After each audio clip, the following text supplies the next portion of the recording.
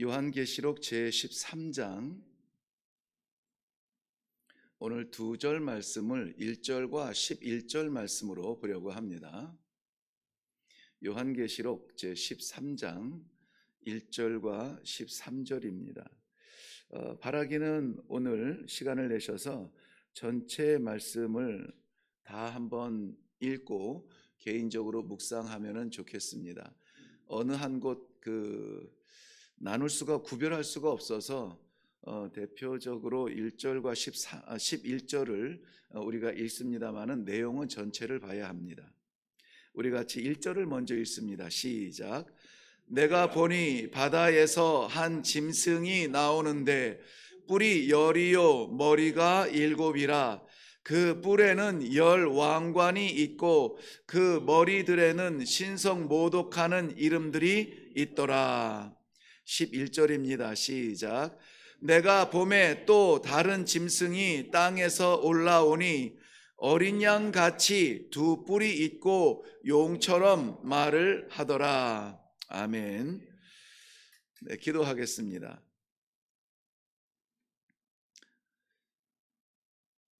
정신 차리지 않으면 고백한다던 어른들의 말씀이 오래전 일인데 이 시대야말로 주의 백성들 정신 차리지 않으면 영혼을 잃을 것 같은 믿음의 혼탁한 시대를 살아가고 있습니다. 오늘도 그러한 하루가 시작이 되어서 바로 걷기 위해서, 바로 살기 위해서 아버지 말씀을 먼저 받기 원합니다. 아버지, 이 짧은 시간 아버지의 그 깊은 마음을 헤아려야 하는데 부족한 저희들의 지혜의 문을 열어 주시어서 반드시 붙들고 나아가야 될 말씀 그 이름 새겨 주시옵소서. 그리하여서 오늘도 성도로 살아가는 축복이 있게 하여 주시옵소서. 감사드립니다. 예수님의 이름으로 기도하옵나이다. 아멘. 많이 바쁘시죠? 이런저런 일들로 인하여서 쉴 틈 없이 우리의 몸이 움직여야 되고 우리 머리는 또한 그보다 몇 배 복잡한 시대를 살고 있습니다. 어렸을 때부터 들어오던 말씀이 말세지말, 종말에 대해서 정말 많이 들었습니다. 그때 들었는데 아직도 말세야? 지금도 종말이야? 그 종말이 마치 어떤 1년이나 한 주간 이렇게 정하고 왔으면 좋겠는데 하나님의 시간이 우리와 다르고 또 하나님의 인내가 우리들의 긴장보다 훨씬 더 높고 넓으셔서 오늘도 참으시는 말세를 우리는 보내고 있습니다. 이 말세에 우리는 성도들은 어떻게 살아야 할 것인가? 우리가 바쁘게 사셨죠? 라고 했을 때 얼른 떠오르는 일들이 있을 것입니다. 그것 때문에 너무 바빠요. 그것 때문에 정신 없습니다. 다른 겨를이 없습니다. 그것이 우리에게 유익이 되리라 믿습니다. 그런데 정말 그것이 우리를 살리는 일인가 하는 것을 깊이 묵상할 수 있는 시간이 오늘 이 아침에 있으면 좋겠습니다. 어려울 때 말세에 말세지 말에 종말의 때에 성도들이 집중해야 되는 것은 무엇인가?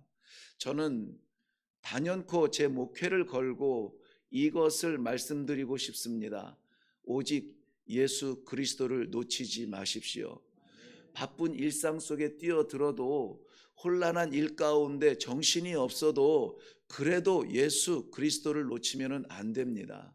오늘 아마 이 요한계시록 13장의 내용이 성도들이 들을 때에 제일 혼란스럽지 않을까. 또 이단들이 여기서 굉장히 많이 나오고 심지어 우리가 익숙하게 고민했던 666 짐승의 수도 나오고 뭐 이 땅과 바다에서 올라온 짐승에 대하여서 이런저런 해석들을 많이 합니다.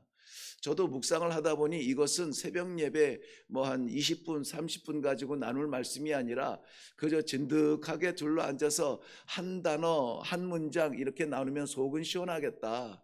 그런데 하나님께서 우리들에게 허락하신 것은 우리가 하나님의 말씀의 능력을 받기 직전에 허락된 20분 정도의 시간입니다. 이 가운데에서 이거 어설프게 다루다가는 괜히 혼란스럽기만 한데, 그렇다면 주님 어떻게 할까요? 이 두 가지를 다 다루기에도 부족한 이 시간, 짧은 이 시간에 어떻게 해야 됩니까? 하나님께서 제 마음에 강력하게 흔들림이 없이 분명하게 빛처럼 번개처럼 주신 말씀입니다. 그들의 오늘 나눠야 될 본문에서 등장하는 짐승들의 모습이 어떻든지 간에 내 이름을 잊지 말라는 것이죠. 예수 그리스도. 우리가 이것 해석하고 이것 오해하다가 예수 놓치면 안 됩니다. 우리가 삶의 자리에서 맡기신 기업을 일으키는 것도 중요하고, 그 가정을 붙드는 것도 중요하고, 내 일상을 건강하게 사는 것도 중요한데요, 예수 그리스도 이름 놓치면 아무것도 아니라는 사실을 먼저 선포하고, 그리고 오늘 말씀을 묵상하기를 원합니다. 베드로전서 5장 8절과 9절 말씀에서는 이미 우리가 익히 아는 대로 근신하라 깨어라 너희 대적 마귀가 우는 사자같이 두루 다니며 삼킬 자를 찾나니 너희는 믿음을 굳게 하여 그를 대적하라. 이는 세상에 있는 너희 형제들도 동일한 고난을 당하는 줄 알미라. 우리 형제들도 동일한 고난을 받고 있는데요, 그것은 무엇이냐면은 나만 그런 거 아니에요. 우리 모든 그리스도의 형제들이 동일하게 마주하고 있는 이 마지막 시대의 고난은 무엇이냐? 우는 사자같이 우리를 삼키려고 달려드는 마귀의 괴계라는 것입니다. 작전이고 전략이고, 끊임없이 우리가 목숨 붙들고 십자가를 붙들기 원하는 것처럼 저들은 할 수만 있는 대로 성도들을 무너뜨리려고 우리의 약점을 드러내어서 그 틈을 비집고 들어와서 마지막 신랏같이 아차 주님, 아차 주님, 순간이라도 생각했던 그 이름 예수 그리스도를 잃어버리게 만든다는 것입니다. 예수님께서도 마태복음 24장 24절 말씀에 거짓 그리스도와 거짓 선지자들이 일어나 큰 표적과 기사를 보여 할 수만 있으면 택하신 자들도 미혹한다, 이렇게 말씀하고 있습니다. 할 수만 있거든 최선을 다하여서 있는 힘을 다하여서 택한 자들도, 우리가 교회 안에 성도로 직분을 받은 자로 이렇게 있다고 안심할 것이 아닙니다. 오히려 그러한 사람들을 택한 자라도 무너뜨리려고 우는 사자처럼 달려드는 것이 마지막 시대의 적그리스도요 거짓 그리스도라고 하는 것입니다. 그러므로 제가 한 두어 번 예를 드린 것 같지만은, 한 마을을 효과적으로 단번에 죽일 수 있는 방법은 그 마을에 우물에 독을 타는 것이라고 했습니다. 성도들 한 명 한 명 치고 들어가서 무너뜨리는 것도, 그것도 시도할 일이지만, 교회와 믿음의 공동체를 무너뜨리기 위하여서 한 방에 손쉽게 할 수 있는 일은 강단을 무너뜨리는 것입니다. 말씀을 오염시키고 목회자를 타락시키는 것입니다. 그러면은 그 믿음의 공동체는 깨어지게 되어 있죠. 그래서 우리는 반드시 기도할 때에 나 살기 전에 우리의 믿음의 질서를 세우는 공동체를 위하여서 먼저 기도해야 될 이유가 거기에 있습니다. 마지막 시대에 사탄이 등장하여서 예수님은 그들을 거짓 그리스도라 이렇게 표현을 했습니다. 우리는 적그리스도라고 이해를 하고 있습니다. 적그리스도, 거짓 그리스도는 안티크리스토스, 안티라는 말을 써요. 안티라는 말은 거짓이라는 말이에요. 거부한다는 말입니다. 예수님 같은데 아닌 것 거짓이죠. 참말인 것 같은데 알고 보니 아닌 것 거짓입니다. 그리고 또 대적한다라는 뜻이 있습니다. 예수 그리스도에 대하여서 대적하게 하는 것이 이 크리스토스, 이 마지막 시대의 거짓 그리스도라고 하는 것입니다. 오늘 본문을 기록한 요한 사도도 요한일서 2장 18절에 이렇게 경고하고 있습니다. 아이들아, 이것이 마지막 때라. 적그리스도가 이르겠다 함은 너희가 들은 것과 같이 지금도 많은 적그리스도가 일어났으니 이러므로 우리가 마지막 때인 줄 아노라. 이미 이 하나님께서 사도 요한을 통하여서 세상에서 활발히 활동하고 있는 적그리스도에 대해서 말씀하여 주심으로 어느 정도로 말씀하셨냐면은 지금도 많은 적그리스도가, 지금도 많은 마귀의 괴계가, 지금도 많은 유혹과 시험이 둘러싸고 있다. 지금은 어떨까요? 그때보다 많이 줄어들었을까요? 지금은 더욱 사나워졌을 것입니다. 이 사나워졌다는 것은 그리스도를 잊게 하고 있는 그 힘을 말합니다. 그 그리스도를 잊어버리면 어떻게 될까요? 다른 것에 집중하겠죠. 그 다른 것은 무엇일까요? 사람, 우리에게 집중하죠. 인본주의 되면서, 물질 만능주의 되면서 우리는 그리스도 하나님을 잊어버리고 우리가 주인 되고 왕 되고 있습니다. 설마 그럴까요? 모든 결정하는 데 있어서 누가 우선주의가 되어가고 있는지 우리 하루에 그저께까지 돌아보라고 하지도 않겠습니다. 어제 하루의 삶에서 우리가 결단해야 됐던 수많은 결정 중에 주님을 위한 결정이 몇 번이며 나를 위한 결정이 몇 번인가를 살펴보면 누가 내 삶의 주인이 되어가고 있는가를 긴장 가운데 우리는 측량할 수 있을 것입니다. 본문 가운데 나타난 적그리스도는 두 가지 양상입니다. 우리 본문 오늘 1절과 11절을 읽었는데 바다에서 나온 한 짐승과 땅에서 올라오는 한 짐승, 이 두 짐승이 오늘 우리가 묵상해야 될 마지막 시대의 적그리스도의 모습으로 등장하고 있습니다. 인류 문명 가운데 한결같은 것이 하나 있습니다. 문화도 변하고 사람도 변하고 다 변하는데 한결같은 것이 하나 있어요. 뭐냐면은 정치와 종교는 같이 간다는 것이죠. 어디를 같이 가느냐? 우리 인간사에 같이 가고 있습니다. 정치만 있고 종교가 없던 때가 없고 종교만 있고 정치가 없던 때가 없습니다. 그러므로 정치와 종교는 야만 시대나 지금 문명 시대나 똑같고 지금 문명화된 선진국이나 후진국이나 다 똑같아요.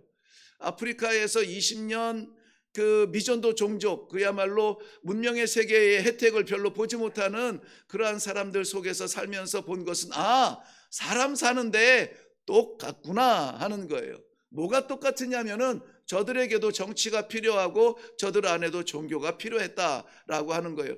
그들 가운데에서도 정말 우리가 생각하는 옷 한 벌 가지고 20-30년 입으며 또 집도 매년 수리해야 되는 진흙집에 살면서 가구라고는 있지도 않은 그곳에 사는 우리하고의 삶이 전혀 다르지만은 그러나 똑같아요. 똑같습니다. 저들이라고 해서 하루하루 먹고 사는 것으로 만족하지 않아요. 어떻게 하면 더 안정되게 살까? 어떻게 하면 더 바르게 살까에 대한 고민이 있습니다. 가족에 대한 사랑도 우리 못지 않습니다. 지금도 성도들로부터 이 그리스도를 잊게 하기 위하여서 정치적으로 종교적으로 우리를 시험하고 유혹하고 그리스도의 옷을 입고 거짓 그리스도로 적그리스도로 우리의 주변에서 어슬렁대고 아니 이빨을 드러내고 삼키려고 하고 있는 이때에 우리는 어떻게 해야 되는가 하는 것입니다. 피할 수 없는 정치적 종교적 이러한 노출 가운데서 성도는 어떻게 살아야 되겠는가 하는 것입니다. 예수 그리스도를 붙들지 않으면은 우리의 손가락 힘은 너무나 약해서 곧 놓쳐버리고 말 것입니다. 그렇지만은 사랑하는 성도 여러분, 오늘 13장의 내용은 정말 두려운 짐승들의 이야기를 나누어야만 합니다. 그럼에도 불구하고 제가 예수 그리스도를 선포하는 것은 두려워하지 말라는 것입니다. 마귀가 가벼운 존재는 아니지만 세상의 마지막에 가장 강력한 그러한 권세로 우리를 짓누르는 힘이 있지만은 그러나 우리는 무너질 사람들이 아니라는 것입니다. 우리의 능력이 아니라 바로 예수 그리스도의 십자가 보혈로 말미암아 우리가 그 은혜의 날개 아래 보호받음으로 말미암아 하나님을 무너뜨릴 수 없다면 우리를 무너뜨릴 수 없다라고 하는 이런 담대한 믿음을 이 아침에 먼저 새기고 그리고 오늘 이 짐승들에 대하여서 잠시 살펴보려고 합니다. 고린도후서 4장 8절 이후 10절까지는 이렇게 말씀하고 있습니다. 우리가 사방으로 우겨쌈을 당하여도 쌓이지 아니하며 답답한 일을 당하여도 낙심하지 아니하며 박해를 받아도 버림받지 아니하며 거꾸러뜨림을 당하여도 망하지 아니하고 우리가 항상 예수의 죽음을 몸에 짊어짐은 예수의 생명이 또한 우리 몸에 나타나게 하려 함이라. 우겨쌈을 당하였나요? 답답한 일 때문에 가슴을 치고 있습니까? 박해를 받아 이 믿음 생활, 신앙 생활을 하기 너무 어렵습니까? 거꾸러뜨림을 당하여 엎어진 상태가 되었습니까? 그럼에도 불구하고 예수 그리스도의 십자가를 붙들어야 되는 이유는 그의 생명이 우리의 생명이 될 것이라는 하나님의 약속 때문입니다. 단순하지만은 유치하지만은 이 말씀을 꼭 새기기 바랍니다. 예수면은 삽니다. 예수 아니면 죽습니다. 세상에서의 육신적인 삶이 아니라 우리 영원한 그러한 소망을 잃어버릴 것입니다.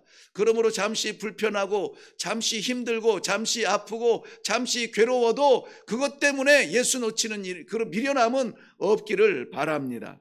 오늘 본문에서 나오는 이 두 짐승을 간단하게 살펴보고, 이 짐승이 나오지만은 그래서 우리가 이 말씀을 묵상해야 되지만은 그러나 본질적으로 우리의 심장에 붙들 것은 예수 그리스도라고 하는 그 제목으로 오늘 우리가 기도해야 되거든요. 그렇기 때문에 우리가 어떤 위험 속에 있는지는 알아야 됩니다. 그래서 더 예수를 붙들고 오늘도 나아가기를 바랍니다. 먼저 바다에서 나온 한 짐승을 봅니다. 1절 말씀에 보면은 뿔이 열이요 머리가 7이라 그 뿔에는 10면류관이 있고 그 머리들에는 신성 모독하는 이름들이 있더라. 이미 우리는 10뿔과 7머리와 10면류관에 대해서 살펴보았습니다. 여기서는 이것을 숫자를 말하는 것은 아니라고 했습니다. 완전하다라고 하는 그 의미를 담은 숫자예요. 그래서 뭐 10뿔이 임금이고 나라가 머리가 17이고 하면은 뭐 나라가 몇 개고 어느 나라고 뭐 유럽 EU를 말하는 것이고 막 이런 것들을 말하는 것이 아니라, 그것들을 해석하려는 것이 아니라 그만큼 마지막에 나타나는 적그리스도도 완전한 힘이 있고 능력이 있다는 것입니다. 심지어 신성 모독도 거침없이 하고 있습니다. 신성 모독, 하나님이 아니라고 말할 수 있는 것 사탄밖에 있지 않아요. 용이 자기의 능력과 보좌와 큰 권세를 그에게 주었다. 용은 마귀를 말한다고 했습니다.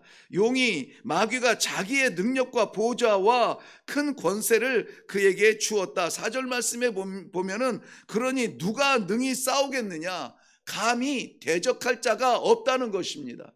누구를? 마지막 시대의 적그리스도 예수 그리스도를 잊게 만드는 그것을 우리가 이길 수가 없다는 거예요. 아무도 대적하여 싸울 수가 없다는 것입니다. 심지어 3절 말씀에 가보면은 그 머리 하나가 죽게 된 것 같은데 상처가 회복이 되고 나았어요. 그러니까 그걸 보면서 와, 저거 끝난 줄 알았는데 다시 살아나네. 역시 대단하다. 모든 사람들이 그를 따르니라. 능력이 있고 권세가 있고 기적이 있고 거부할 수 없는 어떤 매력이 있는 그러한 시대에 적그리스도로서 용은 자기의 종들을 사용하고 있습니다. 또 이것이 7절 말씀에 보세요. 7절 말씀에 보면 위기적으로는 성도들과 싸웁니다. 그런데 누가 이깁니까? 이 짐승이 이겨요. 성도를 이깁니다. 성도들과 싸워서 이기게 되니 무슨 말씀이에요? 성도가 날마다 승리하기를 우리는 찬송하면서 그렇게 기도하고 믿음을 가지고 있는데 성도를 이긴답니다. 그러니 그 성도는 어떻게 되겠습니까? 힘들고 좌절과 고난 속에서 더욱 핍박을 당하게 되겠죠. 믿음의 신락 같은 믿음을 붙들고 살았는데 이것이 아닌 것이 아닌가 하는 그 미혹에 노출되겠죠. 유혹되겠죠. 포기할까 그만둘까 여기가 아닌가 보다라고 하는 그러한 고난 가운데에서 갈림길에 설 수 있겠죠. 그렇기 때문에 오직 이러한 사람들만 그 마지막 유혹과 고난과 핍박 속에서도 견디고 그 믿음을 끝까지 붙드는데요. 누구냐면은 어린 양의 생명책에 이름이 기록된 사람들입니다. 그러므로 우리가 교회 몇 년 다녔다 하도 많이 말해서 이제 그 우리 새벽 예배나 일회교회 성도들은 듣기 싫을 텐데 그래도 한 번 더 말해야 되겠습니다. 신앙생활을 몇 년 했다, 내가 직분이 무엇이다, 그것이 아니라 내가 뭐 어떤 교회에서 행사를 하고 뭐 어떤 일을 한다, 그것이 아니라 내 이름이 생명책에 기록이 되었느냐라고 하는 그러한 감격을 가지고 예배를 드리는 성도가 되어야 되는 것입니다. 우리가 예배의 횟수를 가지고 하나님 앞에 내가 평생 몇 번 예배를 드렸습니다, 나아가지 않아요. 내가 평생 무엇을 했습니다, 우리의 결과를 가지고 나아가지 않아요. 하나님께서 생명책에 기록된 내 이름을 보시면서 어서 오라 어서 오라 우리를 반겨주시는 것입니다.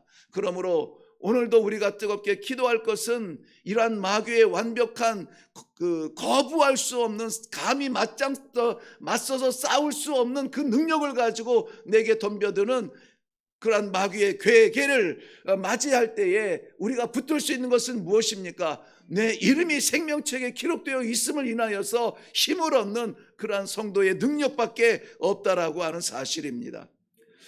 또한 너무 어설프게 다루죠. 시간이 그렇게밖에 안 돼요.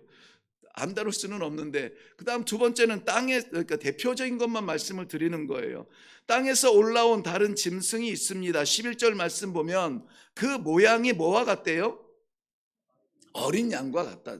어린 양은 요한복음 1장 29절에 요한 사도 세례 요한이 고백한 것처럼, 아니지, 세례 요한이 앞에 세례 받으러 예수님께서 나올 때 보라 세상 죄를 지고 가는 하나님의 어린 양이로다, 예수 그리스도인 것 같아요. 예수 그리스도를 말하는 것 같고 겉으로 보여지는 것도 그렇습니다. 그리고 그 능력도 비슷합니다. 오히려 여기에서 보면은 능력, 뿔, 권세 다 있다고 했습니다. 나타내는 것도 그래요. 죽을 것 같은데 살아나고 있습니다. 그런데 어린 양 예수 그리스도는 아니에요. 왜냐하면 그 머리에 두 뿔이 있습니다. 공격적 무기죠. 그리고 그는 용처럼 말을 합니다. 용은 무엇입니까? 마귀입니다. 마귀는 무엇입니까? 거짓의 아비입니다. 그러므로 이 두 뿔을 가진 위장된 어린 양이 용처럼 말을 하는데 12절 말씀에 건너가 보세요. 처음 짐승에게 경배하라 이렇게 말을 합니다. 처음 짐승이 누구죠? 바다에서 올라온 한 짐승이에요.